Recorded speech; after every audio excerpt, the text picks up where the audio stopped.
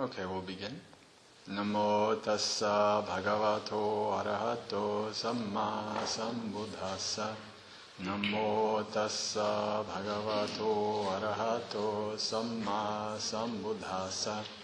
Namo tassa bhagavato arahato samma sambuddhassa. Natti janang apanyassa panyanatti ajhayato yam hi janang chapanyang cha save nibbana santike. That's the third time you've heard that so far in your retreat. The English is, there is no concentration without wisdom, no wisdom without concentration. One who has both wisdom and concentration is close to peace and emancipation. Every time Bhante Ji ends a meditation period, he chants this. And this particular section of the suttas is very apt for this retreat, which is the Samatha and Vipassana retreat. It's very common these days to see these practices separated or talked about as two separate things, but that's actually not how it was taught by the Buddha of the Pali Canon. So what you're here for this retreat is to learn more about that.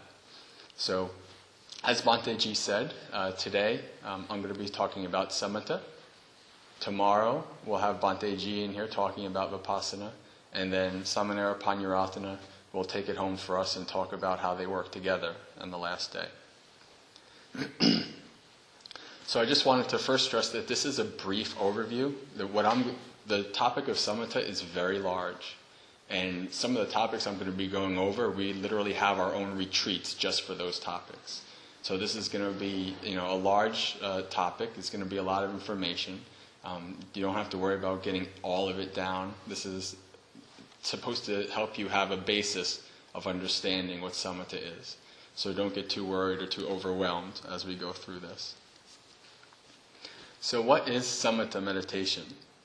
It's the practice of calming the mind, the citta, and its sankharas. Sankharas are activities, formations. This is done by practicing single-pointed meditation on one object. Now, and as we focus and concentrate on that one object, we develop deep levels of calm and serenity. Hence why it is often also called serenity meditation, or tranquility meditation. So what about the word itself, samatha? What does it mean? Calm, quietude of mind, cessation of the sankharas, activities of the mind, calming the mind. So samatha meditation was very ancient by the time of the Buddha, who existed 3,000 years ago. So that gives you a little bit of a hint as to how old this practice is. This is a practice that existed before the Buddha. And indeed, about 7,000 years ago, we have in the Indus Valley, which is the valley on the border now between India and Pakistan, we have depictions of people cross-legged with eyes half shut. Look familiar? Right? So meditation is very old. And we have the first written depictions of it 3,000 years ago. So actually, researchers posit that this kind of meditation was discovered by our ancient ancestors sitting around a fire. So the fire was their object of meditation. So this is a very old practice, and this is a practice that existed before the Buddha. And now it exists in every major religion has a samatha practice. Judaism, Islam, Christianity, Hindu, Taoist, any major religion has this practice. Cultures all over the world. And the object that they use is highly dependent on their culture and their religion and all that kind of stuff. So it's come down in the Buddhist tradition over the last couple thousand years that there's 40 meditative objects. I'm not going to go in detail about these. But just to give you kind of an overview of how broad this practice can be. And the 40 meditative subjects, just briefly, and some of these are actually existed before the time of the Buddha as well. There's kasina. Kasinas are little discs that have various colors. Some represent like the elements and things like that. People use that as their point of concentration. If you're familiar with mindfulness of death in Buddhism, we can use the various stages of corpse decay as meditative subjects. The triple gem can be used as meditative subjects: Buddha, Dhamma, Sangha. As a matter of fact, in the Thai tradition, one of the basic mantras for basic beginning meditation is using the mantra Buddho. So that's a part of that. Also, generosity and morality can be used. The four elements can be used. Even the four Brahma Viharas, if you're familiar with metta, which is limitless goodwill or loving friendliness, karuna, which is compassion, mudita, which is appreciative joy, and upekkha, which is equanimity. Even they can be used as objects in our samatha practice. As a matter of fact, I know a few prominent monks that this is what they use as their main object of practice. But now that I've gone through all of that, the reason I went through all this is to bring you back to the number one most common object is the breath. If you read the suttas, all of these other things are very rarely mentioned, maybe once or twice in thousands of pages. But the Buddha consistently talks about using the breath as our object. And there's a good reason for that. So the breath is a neutral object, just like Bhanteji was talking about yesterday. This is neutral objects are often objects that we don't notice, right? The breath happens whether we notice it or not. From, like Bhanteji said, from the time we're born to the day we die, we're breathing. So this is a very good, very preferred object of our samatha practice. So, now that I've given you a little bit about samatha all over the world and all these kind of different practices, let's go into the purpose of samatha meditation in Buddhist practice. So, some of you might be familiar with the story of the Buddha. Again, I'm not going to go into detail about that. But after he did his renunciation and he went into the woods looking for a way out of samsara, the round of rebirth and suffering and all these kind of things, he had two teachers. The first teacher was Alara Kalama. And these were some of the top teachers of the day in samatha meditation and absorption meditations, these kind of things. And so he went to this first teacher, quickly mastered everything the teacher could teach him, and the teacher invited him to become a teacher like him, to share in the his empire, teaching empire. And the Buddha says, no, this is not. I've reached the pinnacle of what you can teach me, but I haven't found my what I'm looking for. And so then he finds another teacher, Uddaka Ramaputta, and it's the same thing. He quickly masters what can be taught, but he could not find what he was looking for. Back then, we have in the deep absorption meditations, you can be in these very blissful deep states for days on end, right? So you imagine these guys in their blissful deep states, they come out and they're like, oh, I still have to die. There's still lots of sucky stuff in life. Okay, maybe I'll go back into meditation for a little bit. Right? So people can use that as like almost like an escape. The Buddha was looking for an escape, but not that kind of escape. So, and then we obviously, if you know the rest of the story, he went out on his own, was his own teacher, and found the practice of insight.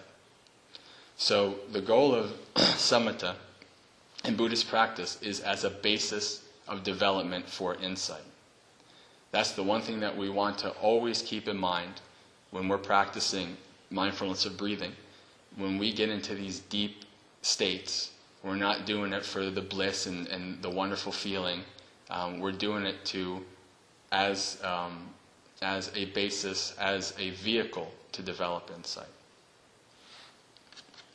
And indeed, the Buddha says this: Bhikkhus develop concentration. A bhikkhu who is concentrated understands things as they really are, i.e., insight, wisdom. They understand the reality of how things are. And so we're going to go into a very famous sutta now, and continuing on my point of using samatha as a basis of for insight. In the beginning of this sutta, the Buddha says this: Bhikkhus, when mindfulness of breathing is developed and cultivated, it is of great fruit and great benefit. When mindfulness of breathing is developed and cultivated, it fulfills the 4 foundations of mindfulness. If you ever heard of the 4 Satipatthanas, the 4 foundations of mindfulness, this is the Buddha's preeminent teaching on insight. This is the one-way path to the freedom of all beings. So this is, and this is the Buddha right here saying that this mindfulness of breathing can lead to that. When the 4 foundations of mindfulness are developed and cultivated, they fulfill the 7 enlightenment factors. And when the 7 enlightenment factors are developed and cultivated, they fulfill true knowledge and deliverance. It's pretty important stuff, right? It can go pretty far. So what we're going to go over now is the Anapanasati Sutta, very briefly. It's Majjhima Nikaya, number 118. This, along with the Satipatthana Suttas, is the Buddha's teaching, direct teaching on meditation. So what does Anapana mean? It means the inhaled and the exhaled breath. So the full cycle of breathing in, then there's a pause while your chest is full of air, breathing out. Pause while your chest is empty of air. Your lungs are empty of air. That's that Anapana. It's the full cycle of the inhaled and the exhaled breath. And sati is often translated as mindfulness. So hence we get the term mindfulness of breathing.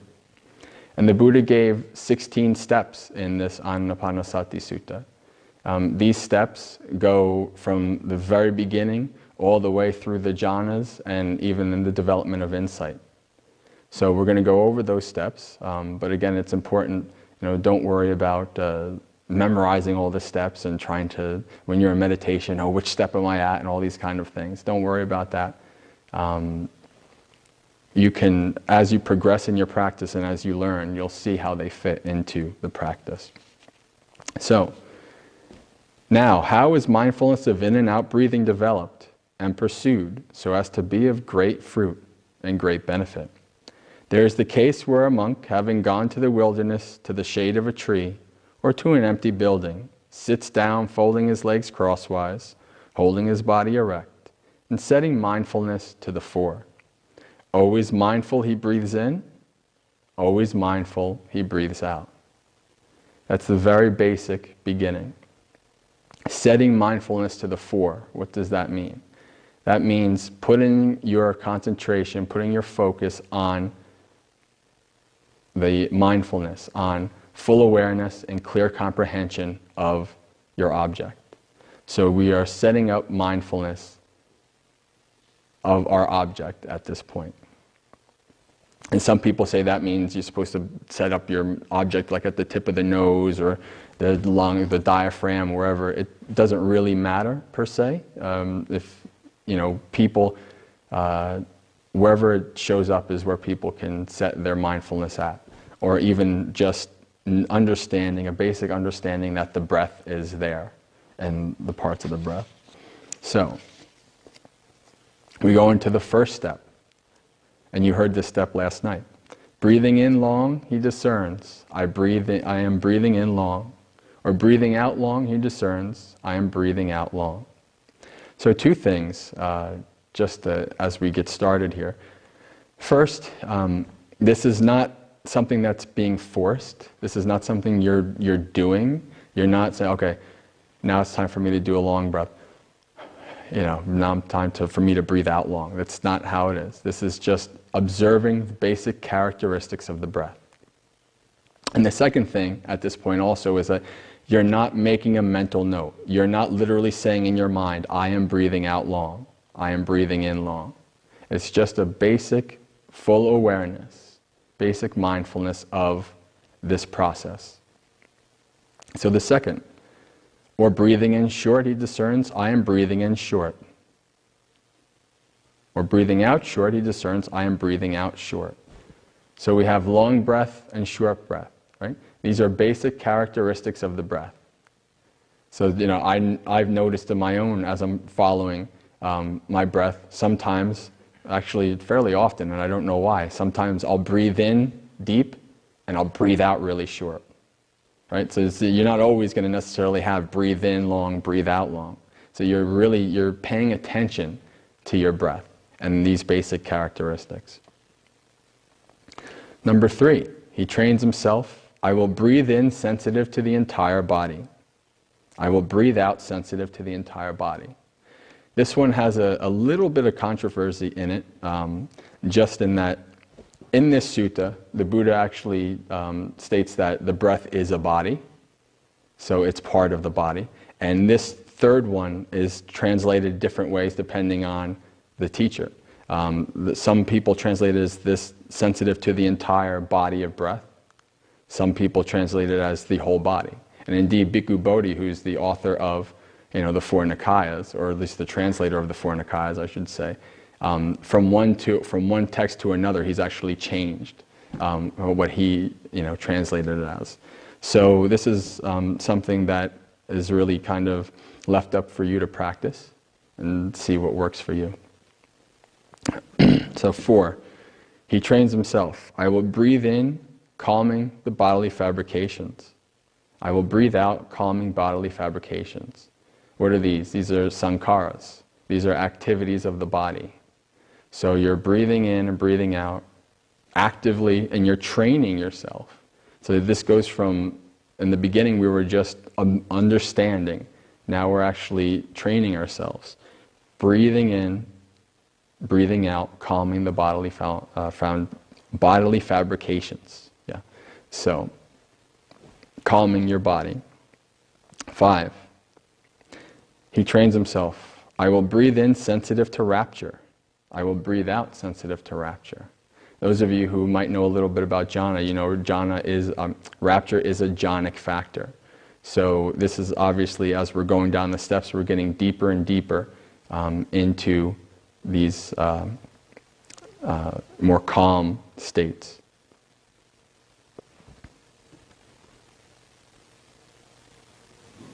Okay. Number 6, he trains himself. I will breathe in sensitive to pleasure. I will breathe out sensitive to pleasure.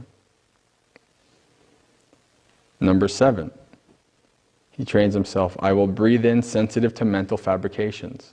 Again, the sankharas of the mind, the activities, the thoughts, everything that's going in your mind, being sensitive to that. 8, I will breathe in, calming the mental fabrications. I will breathe out, calming the mental fabrications. 9, I will breathe in sensitive to the mind. I will breathe out sensitive to the mind. Number 10, I will breathe in satisfying the mind. I will breathe out satisfying the mind. Number 11, I will breathe in steadying the mind. I will breathe out steadying the mind. 12, I will breathe in releasing the mind. I will breathe out releasing the mind. 13, I will breathe in focusing on impermanence. Here's where we start to get into some insight. Observing impermanence, understanding impermanence is part of insight.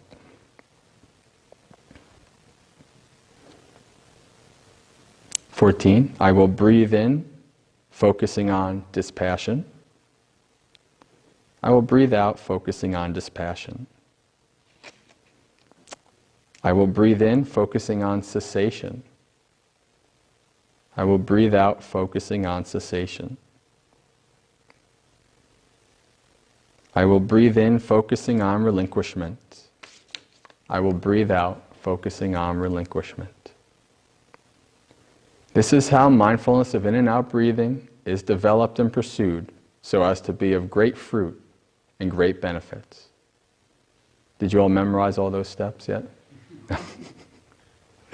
I think one of the best ways to look at this is having a basic good understanding of what these steps are about, and then seeing them in your practice.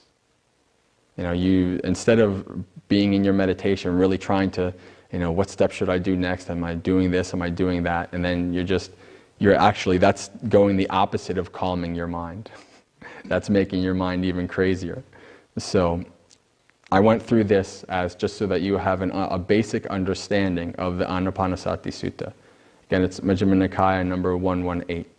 So this is a sutta that if you are a Buddhist practitioner, you should definitely become very familiar with, study over the years, listen to trusted teachers and how they teach this, and practice it. Because practicing it is what the Buddha wanted us to do. Okay. So we're going to move into the last factor, or the eighth factor of the Noble Eightfold Path, which is Samma Samadhi, which is often translated as right concentration. Samadhi refers to states that are of very deep calm in meditation. These are the deepest states of calm, the pinnacle of Samatha practice. So what does Samadhi mean? It comes from the root Samma, which means even, equal, level, also calmness and tranquility. So Samadhi is also part of the threefold breakdown of the Noble Eightfold Path. Those of you who've been here before, and those of you who just came and who might have been astute, maybe you noticed on the office outside there's a logo with the lotus, and it has Sila, Samadhi, and Panya. That's the threefold breakdown of the Noble Eightfold Path. And Sila is our virtuous practice, practicing morality. You guys took the precepts, that's part of practicing morality. And the way I like to view Sila, Samadhi, and Panya, Samadhi is, we just went over, is deep states of calm, concentration. Panya is wisdom. And so the way I like to view these three is like a pyramid. Using the example of how I was talking about Samatha meditation is a base for insight. The bottom base is our virtuous practices, our following the precepts, doing good deeds, avoiding doing unskillful deeds that are harmful. That's the base. And that's the base for our Samatha practice, our Samadhi practice. If you are doing things that are going to cause you lots of remorse and restlessness and build up a lot of anger and all kinds of issues in your mind, you're not going to be able to concentrate much. And you're certainly not going to be able to get into the deeper levels of concentration. So this is why the Buddha taught it in this way, that this is, Sila is our base that we have our meditation practice on, our Samatha practice, and that is our base to develop insight. So it's just like a pyramid. So we're going to go into jhanas now. What is jhana? Jhana is a meditative state of profound stillness and concentration in which the mind becomes fully immersed and absorbed in the chosen object of attention. So this is continuing with observing and focusing on our object, and this is what it leads to. So again, jhana existed before the Buddha. Indeed, there's a story of the Buddha as a child under a tree attaining first jhana. So we're going to go briefly over the jhanas. There's 8 of them. The first 4 are aptly named 1, 2, 3, and 4. They are the rupa jhanas, the form jhanas. These are the most important jhanas with respect to the development of insight. So these are the ones we're going to go over a little bit more. But there's also 4 other jhanas after that, the arupa jhanas. These are formless jhanas. And just to name them real quick, you have the base of infinite space, the base of infinite consciousness, the base of nothingness, and the base of neither perception nor non-perception. So now that that's out of the way, let's go into some talk about the four jhanas.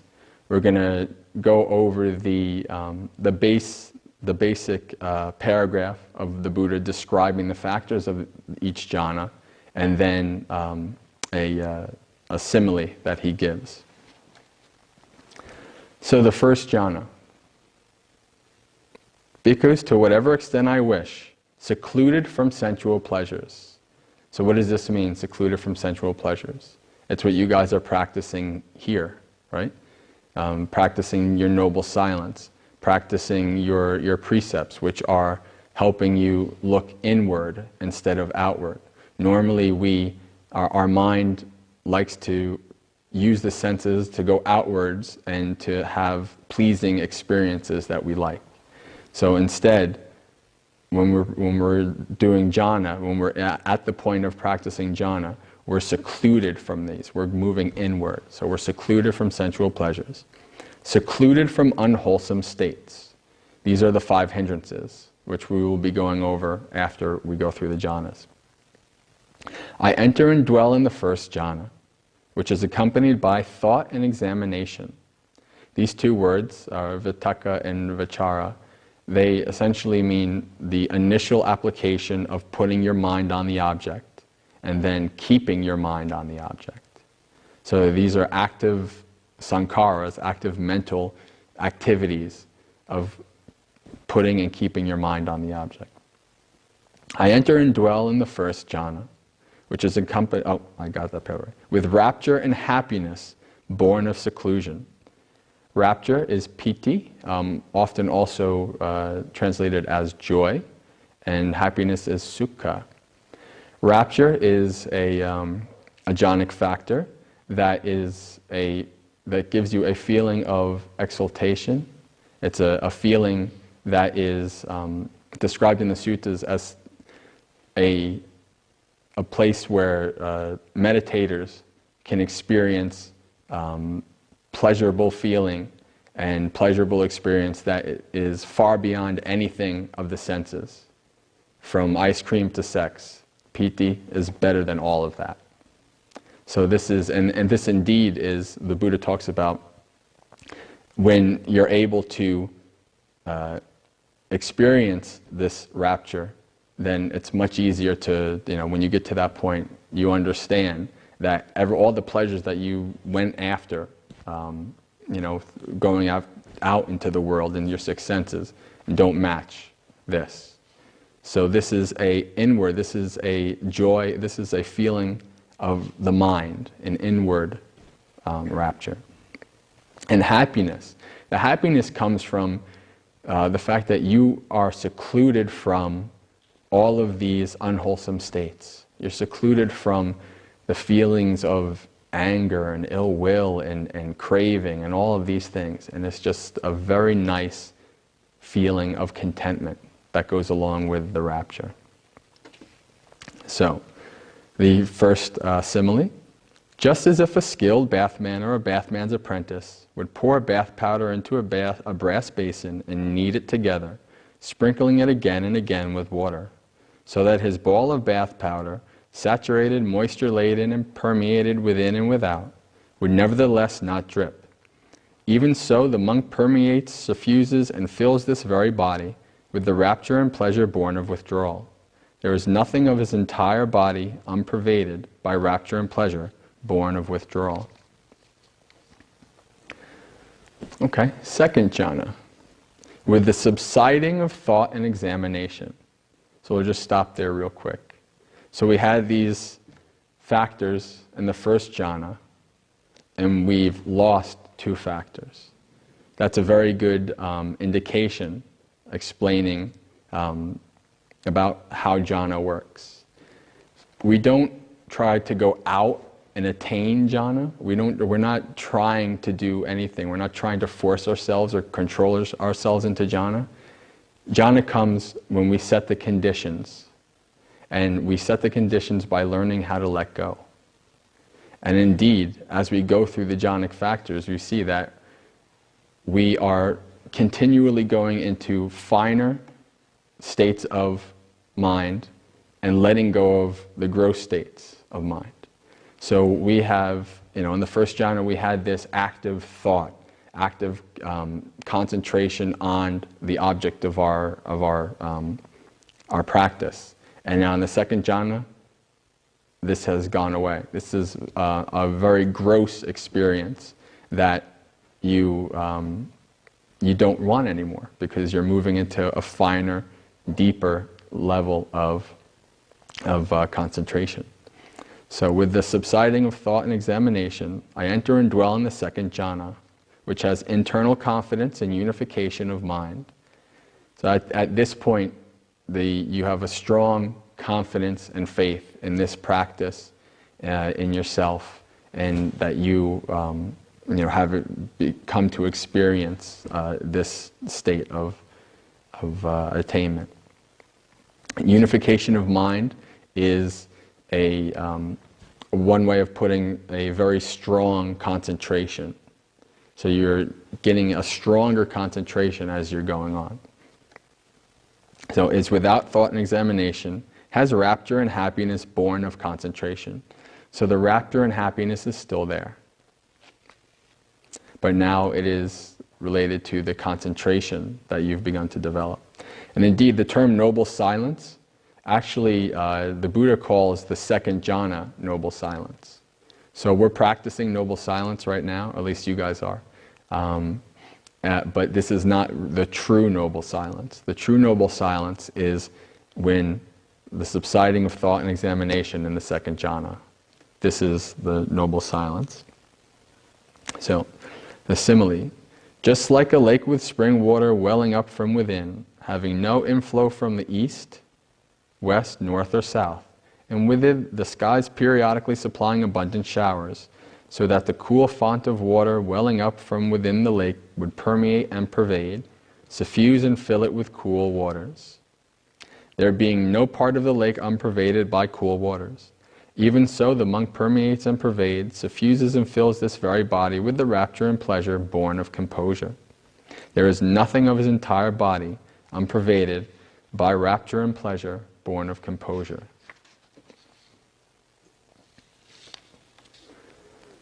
So what about the third jhana?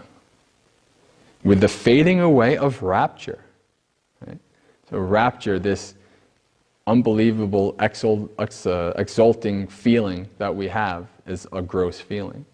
We're moving to subtle, fine levels of concentration. Rapture is too much. It's too gross. So we let it go.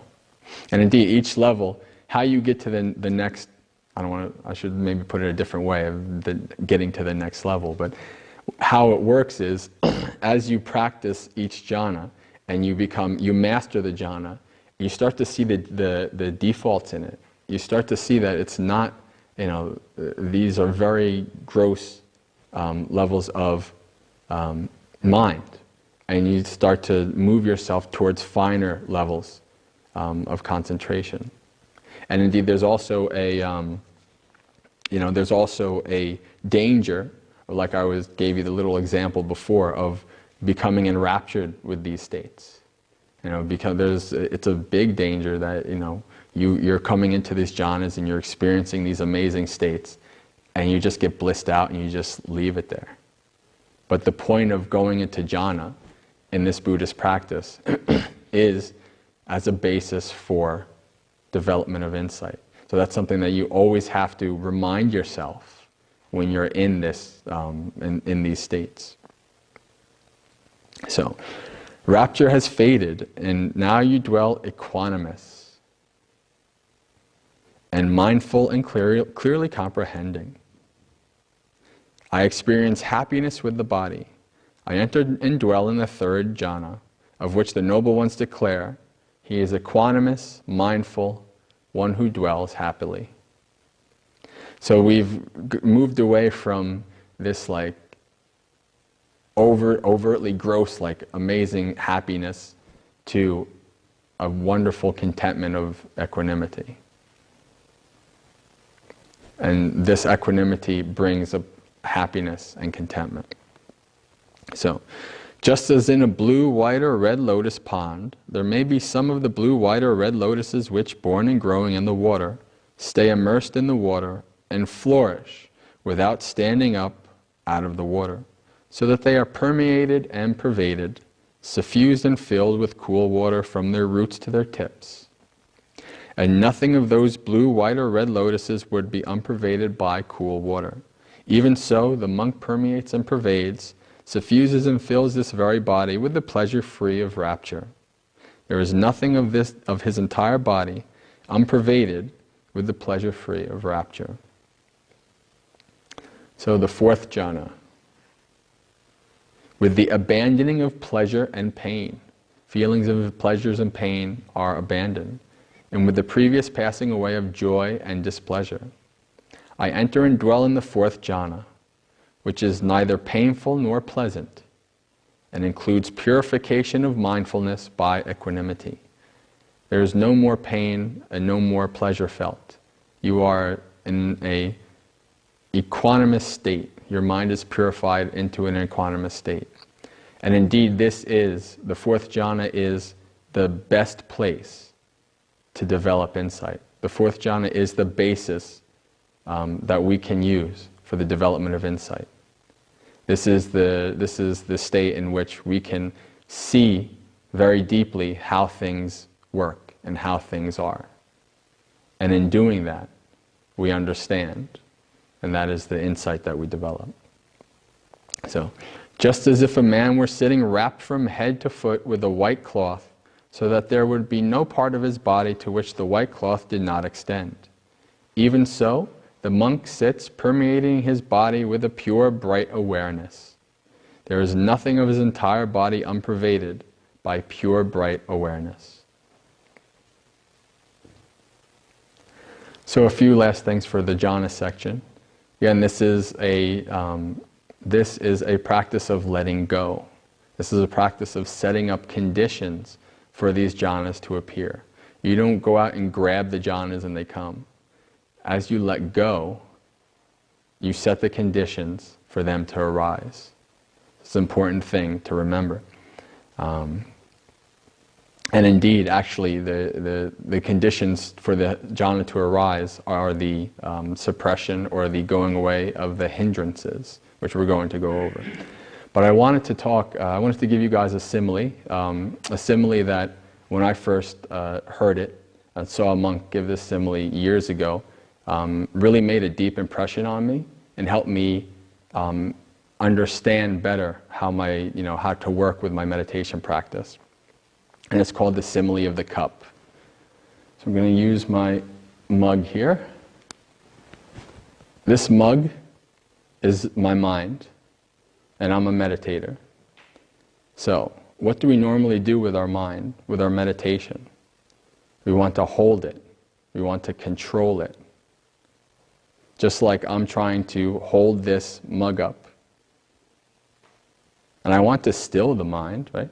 I want to calm the mind. That's the goal of this practice. But as you can see, no matter how hard I try to keep this liquid inside this mug still while I'm holding it, I can't do it. It's not going to get still. And as a matter of fact, my mind's going to get tired and maybe even negative, and then maybe you just throw the cup across the room and go out. I remember how that was in the beginning of my meditation. But what do you do? How do you make the water in this mug still? How do you make your mind still? You put it down. You let it go. Now, of course, at first, it's going to be very wishy-washy and it's going to be all over, but then it goes and it becomes calm. So this is the simile for our mind. This is in letting go, in practicing calming and quieting our mind and our body. We set the conditions for calm and peace to come.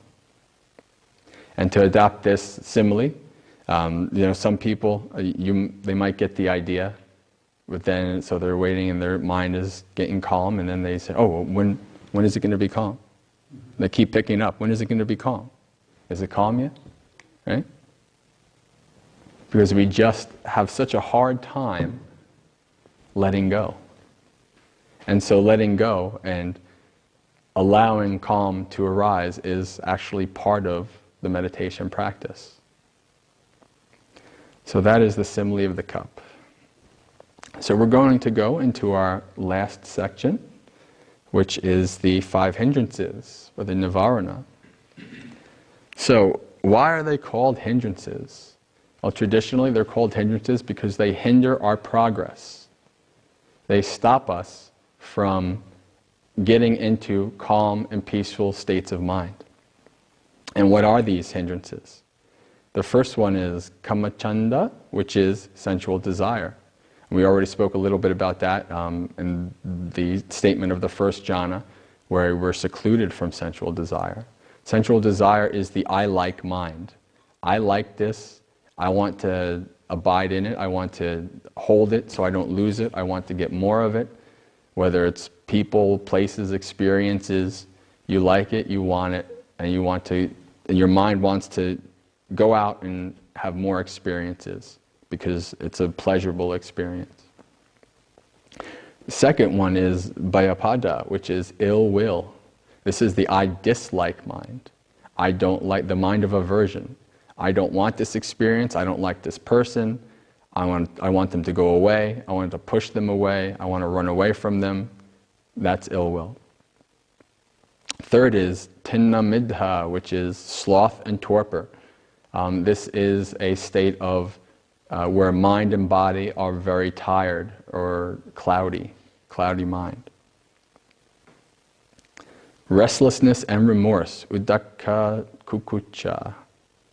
This is the state of a mind that's very full of anxiety. This is a mind that's not in the present. The mind is in the past, going over, having remorse of things that they've done in the past. This is a mind that is in the future, worrying about what's going to happen in the future. And then 5, vicikiccha, which is skeptical doubt. This is doubts about yourself. It's like, oh man, I suck as a meditator. I can't do this. Right? Doubts about the practice itself. Doubts about the Buddha and his path. So these are not just little doubts. These are very, very strong doubts that actually have an effect on your thinking. And so we can imagine so far that how these 5 might hinder our mind. But what I'd like to say is that instead of thinking of the hindrances as an obstacle, as a hindrance, what do we think? What do we do with obstacles and hindrances? We try to get around them, or we push them out of the way. It's often not a very positive action that we do when we're trying to get rid of these kind of things. What I'd like to say is to view the hindrances as your friends. Why are they your friends? Because the hindrances are showing you where your craving is. The hindrances are showing you where you need to put in work to cleanse your mind. Now the hindrances aren't like uninvited house guests. They're not just showing up, knocking on your door and saying, hey, can we stay? You set the conditions in your mind for these hindrances to arise. You are the cause of these hindrances arising. Right? So instead of trying to push them away, understand how you can be the cause of the hindrances not arising. And that's what we're going to go over here. So in the Samyutta Nikaya, number 4651, the Ahara Sutta, translated as food or nourishment, the Buddha goes over the 5 hindrances, talks about how we nourish them and how we denourish them. So the first one, sensual desire. Nourishment of sensual desire. There are beautiful objects. These are experiences and objects, people, places, whatever that we like. Frequently giving unwise attention to them, this is the nourishment of the arising of sensual desire. So use the, I don't know, example of ice cream or a person or whatever. Oh, I like this ice cream. I want this ice cream. When am I going to have this ice cream? How am I going to have this ice cream? And your mind is going in these thought circles that just keep building up and building up and building up the desire. Same thing if you like a person. It's like, oh, this person's so beautiful or good looking or whatever. Oh, I want to go out with this person. And it just keeps going on and on and on and on and on. And so this is because we're paying unwise attention or not paying attention at all. And so this is how we nourish sensual desire in our minds. How do we denourish sensual desire? There are impure objects used for meditation, frequently giving wise attention to them. This is the denourishing of the arising of sensual desire. What does that mean? Use the same examples of ice cream and a person. And as part of our monastic, when we reflect on our requisites, what we use, our food, clothing, shelter, medicines, we reflect that like for food. This food is pleasant as it is, but when used up by the body is not pleasant. You might kind of understand what we're talking about. The ice cream is pleasant going in here, but not quite pleasant going out the other way. So you're reflecting on what it is and what it is for. You're breaking the enchantment that your mind has over the object. Same thing with a person. If we have this strong attachment, oh, this person is amazing, so beautiful, and you're just looking at this person and you're just totally obsessed with this person. What do? Right? The Buddha gives the example of examining the body, understanding the body. What's inside this body? Right? We have this wonderful outside view that the body outside is very pleasant, but the body inside is not very pleasant, is it? Right? So you understand what the body is, and that's breaking the enchantment. So this is what the Buddha is talking about in using impure objects for meditation.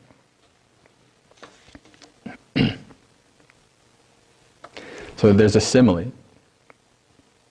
If there is water in a pot mixed with red, yellow, blue, and orange color, a man with normal faculty of sight, looking into it, could not properly recognize and see the image of his own face. In the same way, when one's mind is possessed by sensual desire, overpowered by sensual desire, one cannot properly see the escape from sensual desire which has arisen. Then one does not properly understand and see one's own welfare, nor that of another, nor that of both. This is a very important point the Buddha is making, and he's going to make that point for all 5 of the hindrances. That these hindrances not only affect us, but they affect others. They affect others through our actions of mind, body, and speech. Right? When we're filled with ill will, when we're filled with anger, if we act out on that, if we lash out on that, we affect other people. And oftentimes, or most oftentimes, not in skillful and beneficial ways. So, second one, ill will. There are objects causing aversion, i.e. the I dislike mind. Frequently giving unwise attention to them is the nourishment of ill will. You have a person, you're like, oh, I hate that person, I can't believe this person, I have to work with this person, I can't believe this person did what they did, and somebody should do something to this person, I hope this person has a heart attack or has cancer or something like that, right? That is building up ill will. It's being unmindful, and your mind is continually going in these circles, this continual feedback loop of creating more and more ill will in your mind. And I'm sure all of us have the experience of this, and we all know that it's a really crappy feeling to have these kind of feelings, this feeling of anger and ill will. And it's not something that's pleasant at all. So, how do we denourish ill will? There is the liberation of the heart by loving kindness, or metta. Frequently giving wise attention to it, this is the denourishing of ill will. Metta is the direct counteracting of ill will. Metta, the purpose of metta, the practice of metta, is to aid in destroying ill will in our mind. And ill will is one of the three roots, greed, hatred, and delusion, that are the cause of all of our issues. And indeed, the three roots, greed, hatred, and delusion, being eradicated from our mind is awakening, is nibbana. So metta is an extremely important practice in this regard. And ill will is certainly not a small hindrance. It's a very large hindrance. And it can, it goes the whole gamut from just being annoyed to being in full hatred. So similarly, if there is a pot of water heated on the fire, the water seething and boiling, a man with the normal faculty of sight looking into it could not properly recognize and see the image of his own face. In the same way, when one's mind is possessed by ill will, overpowered by ill will, one cannot properly see the escape from ill will which has arisen. One does not properly understand and see one's own welfare, nor that of another, nor that of both. So you can see these similes are all related to a pot of water in different ways that we're not able to see our reflection clearly. These are, the simile of this is the mind is that water. So we can't see clearly when our mind is totally infested by these. Sloth and torpor, my favorite. Nourishment of sloth and torpor. There arises listlessness, lassitude, lazy stretching of the body, drowsiness after meals, mental sluggishness, frequently giving unwise attention to that. This is the nourishment of sloth and torpor. What does that mean? Right? You're in meditation, and you start to get that comfortable feeling of you're going away, right? Tired. Ah, this feels wonderful now. And then you wake up, right? And Bhanteji said last night, what did he say? Don't fall for that. Don't allow yourself to fall into that trap. So, how do we de-nourish sloth and torpor? There is the element of rousing one's energy, the element of exertion, the element of continuous exertion. So, what does that mean? Right? One of the easiest things to do is, if you really are noticing, it's really hard. It's really hard to notice sloth and torpor.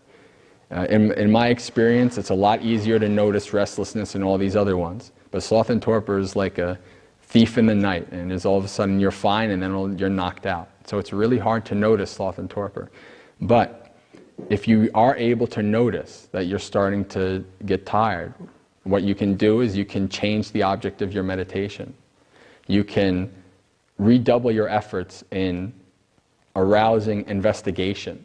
When you're interested in something, when you're investigating something, your mind instantly comes back to clarity. So, you can put your mind on various aspects of the breath, or if you have to, change the breath. So you're doing what you can to arouse energy, which is the de-nourishing of sloth and torpor. If there is a pot of water covered with moss and water plants, then a man with normal faculty of sight looking into it could not properly recognize and see the image of his own face. In the same way, when one's mind is possessed by sloth and torpor, overpowered by sloth and torpor, one cannot properly see the escape from sloth and torpor that have arisen. Then one does not properly understand one's own welfare, or that of another, or both. So restlessness and remorse, nourishment. There is unrest of mind, frequently giving unwise attention to it. That is the nourishment of restlessness and remorse. And again, this is very similar to ill will and sensual desire. Your mind is very anxious. You're worried about, whatever. You're worried about things in the future. How is this person going to react to this? How is my talk going to go? How am I going to be able to make the mortgage payment? All these kind of things, and you're worried about it.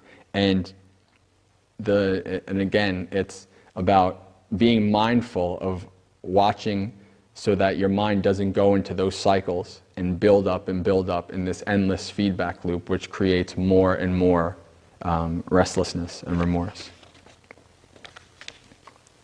Denourishing of restlessness or remorse. There is quietude of mind, frequently giving wise attention to it. That is the denourishing of the arising restlessness or remorse. Have you ever meditated and you just notice, wow, my mind is really quiet?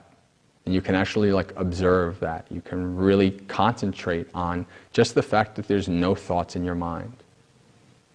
That is taking your mind away. You're taking your mind away from, you're resting your mind away from this endless feedback loop, and you're actually investigating quiet. So, and the more you investigate the quiet, the less likely you are to go into these restlessness and remorse. So, if there is water in a pot stirred by the wind, agitated, swaying, and producing waves, a man with a normal faculty of sight could not properly recognize and see the image of his own face. In the same way, when one's mind is possessed by restlessness and remorse, overpowered by restlessness and remorse, one cannot properly see the escape from restlessness and remorse that has arisen. Then one does not understand one's own welfare, nor that of another, nor that of both. So what about doubt?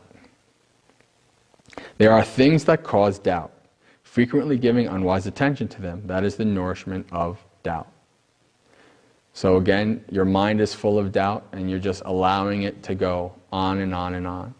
This sounds familiar, right? All of these, it's all about the mind. It's all about working with the mind. And it's all about being mindful. The hindrances can arise when we're being heedful and mindful of our mind. The hindrances arise when we're not. When we're being, when we are not paying attention, that's when they sneak in. So, denourishing. There are things which are wholesome and unwholesome, blameless or blameworthy, noble or low, and other contrasts of dark and bright. Frequently giving wise attention to them is the denourishing of doubt. What does that mean? An example is you can think about, especially if this is doubt about your own self, about your practice, your ability to do the practice, you can think about the fact that you're here, right? You're here meditating. You're doing a good deed. This is a meritorious good thing that you're doing, that you're trying to practice cleansing and understanding your mind. So when you have doubts, you can think about this, and you could think about the opposite. You could be out doing who knows what, doing all kinds of unskillful things. But you're here, you're doing something good for yourself, and it's good for other people as well, because it's going to be good for the people around you who will not have to worry that you're going to be angry and lash out and these kind of things. So putting your attention, reminding yourself of good things that you've done in the past and good things you're doing now will help with that doubt.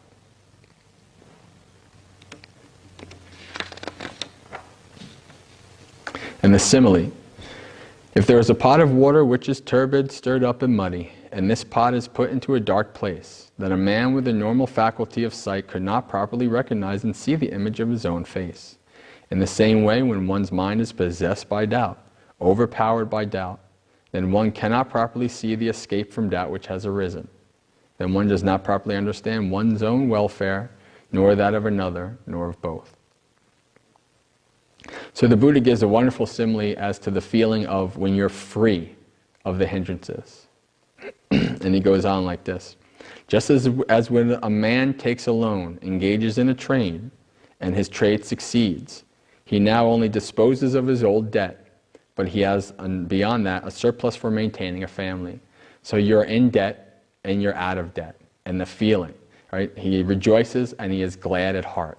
That feeling of coming out of debt. That's the feeling of when the hindrances are gone.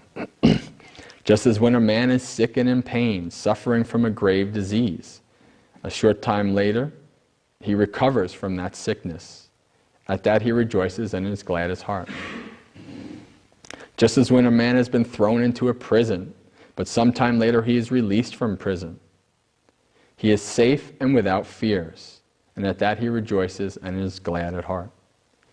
Just as when a man is a slave, not independent, but dependent on others, unable to go where he likes, but some time later he is freed from slavery.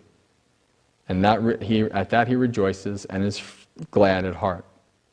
Just as when a man travels through a wilderness where there is no food and much danger, but sometime later he crosses the desert and gradually reaches the safety of a village. To that he rejoices and is glad at heart. Similarly, so long as these 5 hindrances are not abandoned in him, a monk considers himself as indebted, as ailing, as imprisoned, as enslaved, as traveling in the wilderness. But when these 5 hindrances are abandoned, he considers himself as free. And it's not that hard as you meditate to just observe your mind and to see, do you have this hindrance or do you not have this hindrance? I'll give an example, a recent example. At one of the Aposita days, which are special days where we do meditation and redouble our practice. About 3 weeks ago, I was in here meditating, and they were actually working on the roof. And it was loud noises and bangs for an hour and a half. Noises and bangs and people yelling and all this kind of stuff. And I can remember a time where I would actually develop a lot of ill will from that. My mind would just keep going all over. But it surprised me to recognize that I had no ill will in my mind while all this crazy noise and loud banging was going on. And I was happy. I was like, wow, that's awesome. Like, the practice is actually working. Now, of course, I had a hard time gaining concentration. There were other hindrances there, like sloth and torpor. But, this is to recognize when your mind is free of the hindrances is a very good thing, just as good as recognizing when your mind is full of the hindrances. Because when you recognize, then you understand and you're being mindful. You can allow, even though you might notice, okay, I'm really angry, I have a lot of ill will in my mind, but I don't need to allow that to make me do something externally that's going to harm myself or others. So, that's why the Buddha, the simile is so apt. Even if you just see a little bit, let alone when they're all gone and then you're in jhanic state, you just see a little bit when the hindrances are gone. It's a very wonderful, happy, content thing. So, and then this might sound familiar. And when he sees himself free of these 5 hindrances, joy arises. And in him who is joyful, rapture arises. And in him whose mind is enraptured, the body is stilled. The body being stilled, he feels happiness. And a happy mind finds concentration. Right? So this is going into these deep states of meditation, of jhana. So just in closing, everybody, just wanted to remind you all that we went over a lot of stuff. It's okay that you don't remember every little piece. Really, we went over what's in maybe 2 or 3 suttas. So it's not a lot of information. It's information that you could always look back on in the future as you continue your studying. So don't get overwhelmed. Don't feel like you have to remember everything when you're meditating. When in doubt, go back to the breath. That's what I do. That's what we all do. When in doubt, when you get overwhelmed because you start thinking about all these steps and all this stuff, just go right back to the breath. Keep your mind, keep your focus on the breath, and the rest will follow from there as you learn to let go and set the conditions for all of this to arise. So, and also remember, the purpose of samatha is a basis for insight. This is the reason why we practice this. This is the reason why the Buddha taught in this way, because it's a wonderful basis for developing of insight. And so if anybody has any questions related to meditation or Buddhism in general or Dhamma, feel free to put your questions in the box. I'll do my best to answer them. And if I can, I'll answer to the best of my ability. So thank you.